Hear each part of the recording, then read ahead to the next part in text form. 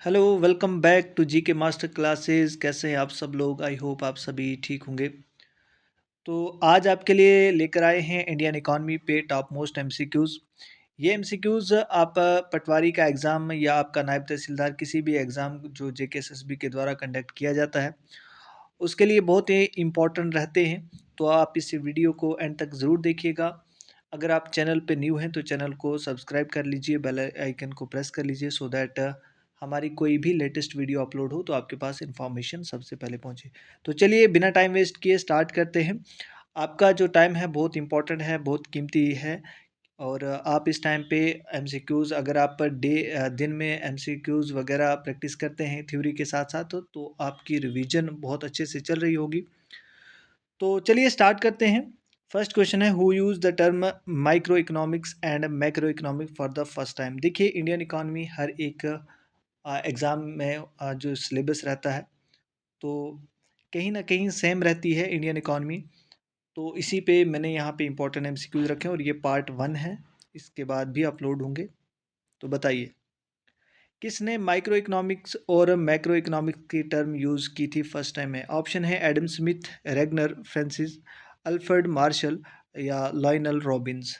बताइए right answer. देखिए जो इसका राइट आंसर है that is option number B. ठीक है, जो रेगनर फ्रांसिस हैं इन्होंने first time micro and macro economics term use की थी। ठीक है, देखिए माइक्रो इकोनॉमिक्स जब हम छोटे लेवल इकोनॉमिक्स की छोटे लेवल पे बात करते हैं उसे कहते हैं माइक्रो इकोनॉमिक। जैसे डिमांड एंड सप्लाई की जब हम बात करते हैं, लेकिन लेकिन हम जब ओवरऑल कंट्री के इकॉनमी की बात करें, लाइक एम्प्लॉयमेंट की बात करें, अनएम्प्लॉयमेंट की बात करें, नेशनल इनकम की बात करें, जब इन चीज़ों की बात करते हैं तो वो मैक्रो इकोनॉमिक्स में आता है।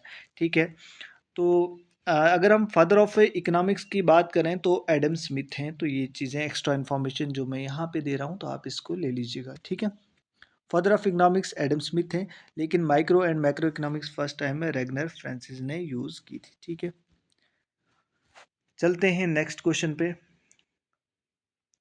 नेक्स्ट क्वेश्चन है, the second 5 year plan led more stress on. देखिए आपको पता है यहाँ पे प्लानिंग कमीशन थी, जो बाद में नीति आयोग ने जिसको रिप्लेस किया है। तो हर साल जो यानी हर 5 साल के बाद एक नया प्लान आता था। तो इसी तरह से 2017 तक ये 5 ईयर प्लान जो है वो चले थे। तो बताइए जो सेकंड 5 ईयर प्लान था उसका मोर स्ट्रेस किस पे था, यानी किस चीज़ पे ज़्यादा फोकस किया गया था उस प्लान में? ऑप्शन है industrialisation, self reliance, removing poverty या एग्रीकल्चर। ज़्यादा फोकस किस पे था सरकार का इस 5 ईयर प्लान में? आपको पता होगा सबसे जो पहला फर्स्ट 5 ईयर प्लान था उसमें ज़्यादातर एग्रीकल्चर पे इंटरेस्ट दिया गया था, मोर फोकस जो था वो एग्रीकल्चर पे था। ठीक है, लेकिन जो सेकंड 5 ईयर प्लान था उसका मेन मुद्दा जो था वो इंडस्ट्रियलाइजेशन को बढ़ाना था। ठीक है, उसमें इम्प्रूवमेंट लाना था। तो इसमें कहीं ना कहीं एग्रीकल्चर का नेगेटिव जो ग्रोथ था वो देखा गया था। ठीक है, ऑप्शन नंबर ए जो है वो राइट है।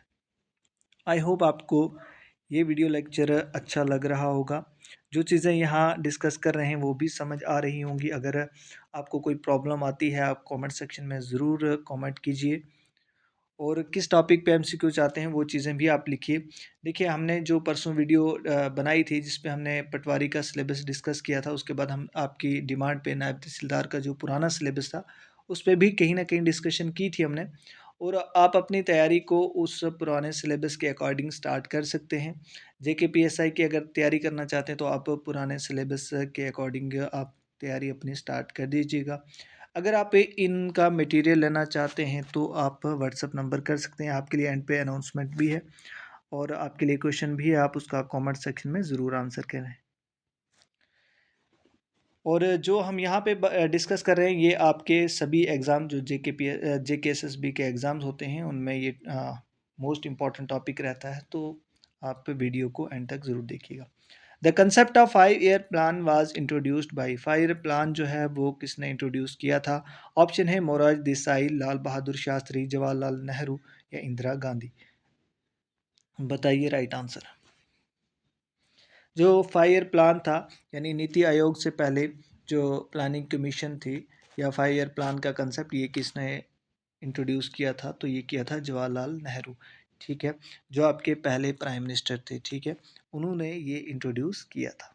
नेक्स्ट है आईएमएफ स्टैंड फॉर। आईएमएफ की फुल फॉर्म क्या होती है? ऑप्शन है Indian monetary fund, internal monetary fund या इंटरनेशनल मॉनेटरी फंड या नन ऑफ दीज।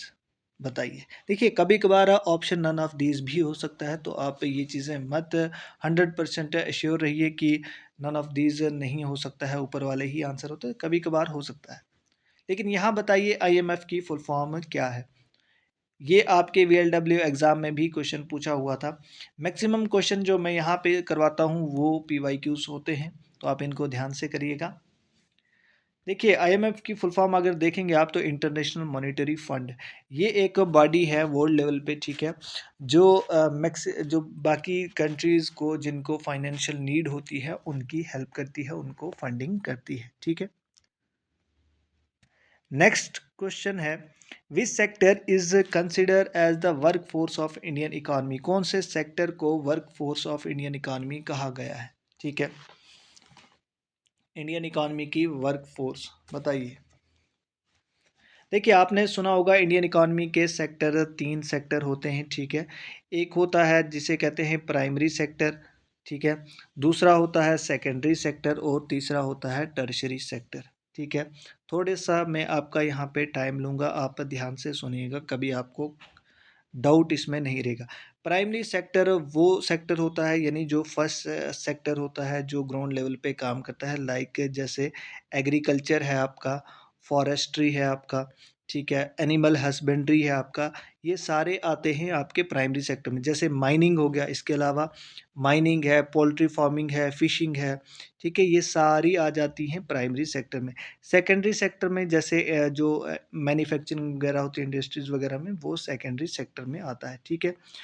जो टर्शरी सेक्टर होता है इसमें लाइक ट्रेड, ट्रांसपोर्ट, उसके बाद बैंकिंग, एजुकेशन, हेल्थ सर्विसेज, जितने भी ये सर्विसेज आती हैं ये सारी टर्शरी सेक्टर में आती हैं। फिर से रिपीट कर रहा हूँ, प्राइमरी सेक्टर में लाइक एग्रीकल्चर आ गया, animal husbandry, forestry, fishing, poultry farming, ये सारी चीज़ें प्राइमरी सेक्टर में। सेकेंडरी सेक्टर में मैन्युफैक्चरिंग एंड टर्शरी सेक्टर में जो आपके सर्विसेज होते हैं, trade, transport, education, health extra, banking वगैरह, वो सारी टर्शरी सेक्टर में। लेकिन यहाँ पे क्वेश्चन पूछा गया था work force of Indian economy कौन से सेक्टर को कहा गया? दैट इज प्राइमरी सेक्टर को। ऑप्शन नंबर ए जो है वो राइट है। देखिए चीज़ें जो एमसीक्यूज मैंने रखे हैं ये सभी क्वेश्चन जेके एसएसबी के एग्जाम्स में पूछे गए। ये क्वेश्चन जेके पीएसआई का जो एग्जाम हुआ था उसमें पूछा गया था। Who is the father of green revolution in India? Green revolution के फादर कौन है? ऑप्शन है Norman E Borlaug, M S Swaminathan, Gary Becker या डॉक्टर पी एम झा। बताइए राइट आंसर।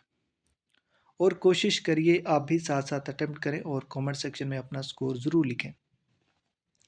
देखिए जो father of father of green revolution हैं वो एम एस स्वामीनाथन है। इनका रिसेंट आपने देखा होगा देहांत हुआ है 2023 में, इनकी मृत्यु हो चुकी है। और एम एस स्वामीनाथन जो है इनको इन्होंने ही फर्स्ट टाइम जो एवरग्रीन, याद रखना ये क्वेश्चन भी, एवरग्रीन टर्म जो है यूज्ड इन्होंने ही की थी एम एस स्वामीनाथन ने, तो वो क्वेश्चन भी एवरग्रीन रेवोल्यूशन की टर्म जो है वो इन्होंने ही यूज़ की थी फर्स्ट टाइम, ठीक है। इनको देखिए इनको भारत रत्न का अवार्ड भी मिला है। उसके अलावा और भी डिफरेंट अवार्ड जो हैं वो इनको मिले हैं, ठीक है, आप देख लीजिएगा। नेक्स्ट है which type of economy can be term as a laissez faire economy? Laissez faire economy जो है कौन से टाइप की इकानमी को कहते हैं? ऑप्शन है mixed economy, socialist economy, command economy, capitalist economy. ये क्वेश्चन है फाइनेंस अकाउंटेंट और पंचायत अकाउंटेंट में ये क्वेश्चन पूछा हुआ है। बताइए लेजिज फेयर इकानमी को, कौन से टाइप की इकानमी को लेजर फेयर कहते हैं? ऑप्शन है जो आंसर है दैट इज़ कैपिटलिस्ट इकानमी। देखिए हमारे इंडिया की अगर हम बात करें तो यहाँ पे मिक्स्ड इकानमी है, यहाँ पे प्राइवेट और पब्लिक सेक्टर दोनों का रोल रहता है, ठीक है, इसीलिए मिक्स्ड इकानमी कहते हैं। देखिए कैपिटलिस्ट इकानमी वो होती है जहाँ पे जो कैपिटलिस्ट होते हैं उनका मकसद होता है प्रॉफिट मैक्सिमाइजेशन, ठीक है। वहाँ वेलफेयर, लोगों की वेलफेयर जो है वो नहीं देखी जाती है, वहाँ पे सिर्फ प्राइफ जो प्रॉफिट मैक्सिमाइजेशन होता है इस सोच को लेकर चलते हैं, ठीक है। लेकिन जो पब्लिक सेक्टर होता है या हम कह सकते हैं मिक्स्ड इकॉनमी होता है, उसमें दोनों का रोल रहता है। कहीं ना कहीं वहाँ पे जो पीपल वेलफेयर होता है, लोगों की वेलफेयर के लिए काम करना, उन चीज़ों को ध्यान में रखा जाता है। ऑप्शन है, सॉरी, नेक्स्ट क्वेश्चन है, which among the following is exact opposite of inflation. Inflation का एग्जैक्ट अपोजिट क्या है? देखिए, इन्फ्लेशन क्या होता है, सबसे पहले आपको ये पता होना चाहिए। इन्फ्लेशन होता है जब आपकी डेली लाइफ की, जो आप डेली लाइफ में यूज़ करते हैं जो गुड्स हैं, यानी चीज़ों के दाम मार्केट में बढ़ जाना, जनरल प्राइस जो है, प्राइस लेवल जब इंक्रीज़ हो जाती है मार्केट में गुड्स की, उन उसको इन्फ्लेशन कहते हैं। यानी सिंपल में अगर हम बात करें तो महंगाई को इन्फ्लेशन कहते हैं, ठीक है। अब महंगाई का अपोजिट क्या है, एग्जैक्ट अपोजिट? ऑप्शन है स्टैगफ्लेशन, डिसइन्फ्लेशन, डिफ्लेशन या हाइपर इन्फ्लेशन। बताइए right answer, most important question. देखिए, इसका जो राइट आंसर है दैट इज डिफ्लेशन। अब इन्फ्लेशन का जो अपोजिट है एग्जैक्ट, वो होता है डिफ्लेशन, ठीक है। अब यहाँ पे थोड़ा सा आप मेरी तरफ ध्यान दीजिए, ठीक है। मैं आपको बताता हूँ कुछ चीज़ें, ठीक है। आप इस तरह से समझिए, एक जनरल लाइन है, ठीक है। जब प्राइस लेवल ऊपर बढ़ता जाता है, ठीक है, ऐसे, तो हम कहेंगे ये हो रही है इन्फ्लेशन, ठीक है। ये क्या हो रही है? इन्फ्लेशन, ठीक है। जब थोड़ी सी बड़ी इन्फ्लेशन, हम कहेंगे ये क्रीपिंग इन्फ्लेशन है, ठीक है। जब और बड़ी, ठीक है, रेट जो है और बड़ी, हम कहेंगे वॉकिंग इन्फ्लेशन, ठीक है, इस तरीके से। उसके बाद थोड़ी और रेट बढ़े, हमने कहा रनिंग इन्फ्लेशन। जब बहुत ज़्यादा हो चुकी है इन्फ्लेशन, ठीक है, टॉप लेवल पे है, तो हम कह सकते हैं हाइपर इन्फ्लेशन, ठीक है, हाइपर इन्फ्लेशन। लेकिन ये ऊपर ऊपर जब जा रही है तो इसको हम कहेंगे इन्फ्लेशन, ठीक है। जब वापस यहाँ से प्राइस लेवल जो है वो, यानी जो चीज़ों की कीमतें हैं वो कम होना स्टार्ट हो जाती है, तो हम कहेंगे डिस इन्फ्लेशन, ठीक है, डिस इन्फ्लेशन। लेकिन जब इस जनरल लाइन से ये नीचे आ जाती है तो हम कह देंगे यहाँ से ये क्या हो रहा है, डिफ्लेशन हो रहा है, ठीक है। ये डिस इन्फ्लेशन था, ये डिफ्लेशन हो रहा है, यानी चीज़ों के दाम कम हो रहे हैं, ठीक है। लेकिन यहाँ भी जब थोड़े से दाम कम होते हैं तो हम कहते हैं रिसेशन, ठीक है। जब उसके बाद और कम हो जाते हैं हम कहते हैं डिप्रेशन। जब नीचे और कम हो जाते हैं तो मतलब बहुत बुरी हालत हो जाती है, तो हम कहते हैं ग्रेट डिप्रेशन। और ये ग्रेट डिप्रेशन यहाँ पे फेस हुआ भी था, ठीक है। ये चीज़ें हुई थी, ग्रेट डिप्रेशन यहाँ पे, ठीक है। तो फिर से जब ऊपर जाता है ग्राफ, जनरल लाइन की तरफ जाता है, तो हम कहते हैं री इन्फ्लेशन, ठीक है, री इन्फ्लेशन। तो इस तरह से पूरा इन्फ्लेशन, री इन्फ्लेशन, डिसइन्फ्लेशन, ये पूरा प्रोसीजर चलता है। आई होप आपको यहाँ से चीज़ें थोड़ी बहुत क्लियर हुई होंगी, ठीक है। नेक्स्ट है, मोस्ट इंपॉर्टेंट क्वेश्चन है, mid day meal scheme was launched on. Mid day meal scheme जो गवर्नमेंट स्कूलों में खाना दिया जाता है, वो कब लॉन्च की गई? अगस्त 15 या 2000, अगस्त 15 1920 1992, अगस्त 15 1995, अगस्त 15 2001। बताइए राइट आंसर। देखिए, जो मिड डे मील स्कीम थी, ये लॉन्च जो हुई है, ये अगस्त 15 1995 में लॉन्च हुई है, ठीक है। चले नेक्स्ट, नेक्स्ट है और आज का लास्ट क्वेश्चन है। देखिए, हमारा पार्ट 1 था। इसी तरह से हम बहुत सारे एमसीक्यूज इस जनरल इकोनॉमी पे भी डिस्कस करेंगे, और टॉपिक वाइज, सीक्वेंस वाइज हम एमसीक्यूज ला रहे हैं। आप चैनल को सब्सक्राइब कर लें। इसी तरह से फिजियोग्राफी पे भी कल 20 एमसीक्यूज डिस्कस किए, रिवर्स लेक्स पे भी डिस्कस करेंगे, सेंसेस पे भी डिस्कस, डेमोग्राफी वगैरह इस पे भी डिस्कशन होगी। नेशनलिस्ट मूवमेंट को लेकर एमसीक्यूज़ यहाँ हम करवाएंगे, और जम्मू कश्मीर का जितना भी है वो चीज़ें भी हमने करवाई भी हैं, और भी एमसीक्यूज़ लाने वाले हैं। Who has the longest tenure as the governor of RBI? देखिए, आरबीआई जो रिजर्व बैंक ऑफ इंडिया है, वो सबसे बड़ा एक सेंट्रल बैंक हमारे इंडिया का जो माना जाता है वो आरबीआई है, ठीक है। आरबीआई कब इस्टेब्लिश हुआ था, याद रखना, 1 अप्रैल को, ठीक है, 1 अप्रैल 1935 को हमारा रिजर्व बैंक ऑफ इंडिया जो है यंग हिल्टन कमीशन जो है, हिल्टन यंग कमीशन की रिकमेंडेशन के बाद ये बैंक हमारा बना है। यही बैंक जो है बर्मा पाकिस्तान का बैंक रहा है, ठीक है। पाकिस्तान का बैंक जो है ये 1948 तक ये पाकिस्तान का जो सेंट्रल बैंक है काम किया है इसने, ठीक है, 1948 तक। उसके बाद ये यहाँ पूछ रहा है आपसे क्वेश्चन की सबसे बड़ा आरबीआई का गवर्नर जो है होता है, और जो सबसे ज़्यादा टाइम तक जो गवर्नर रहे हैं वो कौन से हैं। ऑप्शन है रघुराम राजन, सर बेंगले रामा राव, डॉक्टर मनमोहन सिंह या अमिताभ घोष। देखिए, अगर आपको थोड़ा बहुत पता होगा, अमिताभ घोष जो है ये सिर्फ 20 दिन के गवर्नर आरबीआई के रहे थे, यानी शॉर्टेस्ट अगर पूछा जाए तो अमिताभ घोष है। लेकिन जो लॉन्गेस्ट हैं वो सर बेंगले रामा राव जो है, वो लॉन्गेस्ट टेन्योर है इनका, जो बहुत समय तक आरबीआई के गवर्नर रहे थे, ठीक है।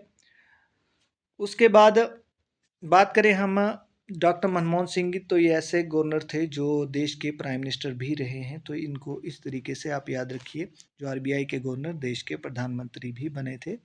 उसके बाद अगर इनकी बात करें तो ये 7 साल तक मतलब रहे थे, ठीक है। चले नेक्स्ट। और देखिए आरबीआई का काम क्या है, आरबीआई करेंसी जो है वो प्रिंट करती है। उसके बाद कमर्शियल बैंक को क्रेडिट देता है, यानी लोन देता है, जितने भी छोटे बैंक होते हैं। और जितने भी गवर्नमेंट के अकाउंट्स वगैरह मेंटेन करती है, जो वो आरबीआई ही काम करता है उस पे। और यहाँ पे किसी भी पर्सनल इंडिविजुअल का कोई भी अकाउंट नहीं ओपन किया जाता है, ये चीज़ें थोड़ी सी याद रखिएगा, ठीक है। अब आपके लिए होमवर्क है, आपने बताना है who is the current RBI governor. आप कमेंट ज़रूर करेंगे, और सभी कमेंट करेंगे, और वीडियो को लाइक कीजिए। देखिए, आपके लिए एक अनाउंसमेंट है, अगर आप एग्ज़ाम ओरिएंटेड मटेरियल लेना चाहते हैं, आप अगर किसी भी अपकमिंग एग्ज़ाम की तैयारी करना चाहते हैं, तो उसके लिए मटेरियल होना बहुत ज़रूरी होता है, और अथेंटिक मटेरियल हमने यहाँ पे आपके लिए मटेरियल जो है वो कंपाइल किया है। 1 पीडीएफ आपको सिर्फ मिलेगी, और वो पीडीएफ 1000+ पेजेस की होगी, ठीक है। अगर आप और उस पीडीएफ में थ्योरी प्लस एमसीक्यूज़ होंगे, ये आप देख लीजिएगा। जेकेपीएसआई की पीडीएफ भी अवेलेबल है, ऑलमोस्ट 1000+ पेजेस की है, 1000+ पेजेस में 1000+ पेजेस की है। उसमें एमसीक्यूज़ भी आपको मिलेंगे, थ्योरी भी मिलेगी, सब चीज़ें होंगी। पटवारी की पीडीएफ भी अवेलेबल है, जेकेपी कांस्टेबल और नायब तहसीलदार की 80 मार्क्स का फ़िलहाल जो पीडीएफ बनाई है। तो आप इसमें देखिए करंट अफेयर भी मिलेगा आपको, कंप्यूटर साइंस, मतलब सभी ऑलमोस्ट इसमें होगा। मैथ को छोड़ के ये पीडीएफ जो है, मैथ और रीजनिंग को छोड़ के बाकी सारी चीज़ें यहाँ पे अवेलेबल हैं, ठीक है, आप ले सकते हैं। और अगर आप सिर्फ ओनली पीवाईक्यूज़ ऑफ जेकेएसएसबी, जिसमें 2000+ हैं एमसीक्यूज़ हैं 2017 से 2023 तक, तो आप व्हाट्सएप मैसेज पे वही चीज़ें मांगिए।